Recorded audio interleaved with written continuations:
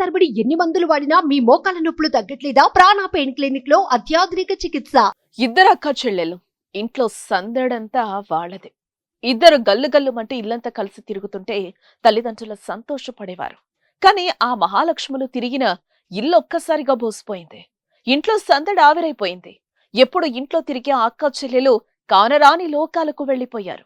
ప్రమాదవశాత్తు అక్క నీట మునిగిపోగా ఆమెను కాపాడిపోయిన చెల్లి కూడా మృతి చెందిన విషాదకర ఘటన అల్లూరి సీతారామరాజు జిల్లాలో జరిగింది.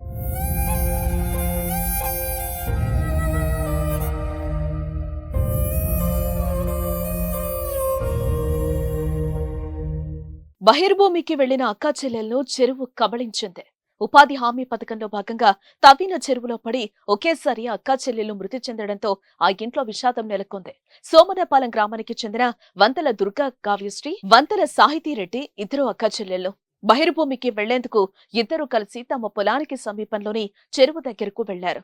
వీరిలో సాహితీరెడ్డి ప్రమాదవశాత్తు చెరువులో పడిపోగా చెల్లిని కాపాడేందుకు ప్రయత్నిస్తూ అక్క దుర్గా కావ్యశ్రీ నీళ్లలో మునిగిపోయింది.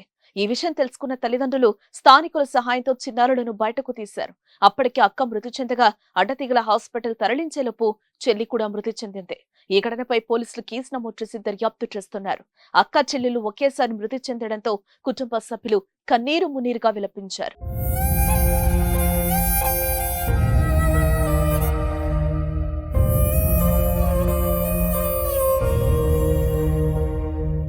సుమన్ టీవీలో మీ పర్సనల్ అండ్ బిజినెస్ ప్రమోషన్స్ కోసం కింది నెంబర్కి కాంటాక్ట్ చేయండి.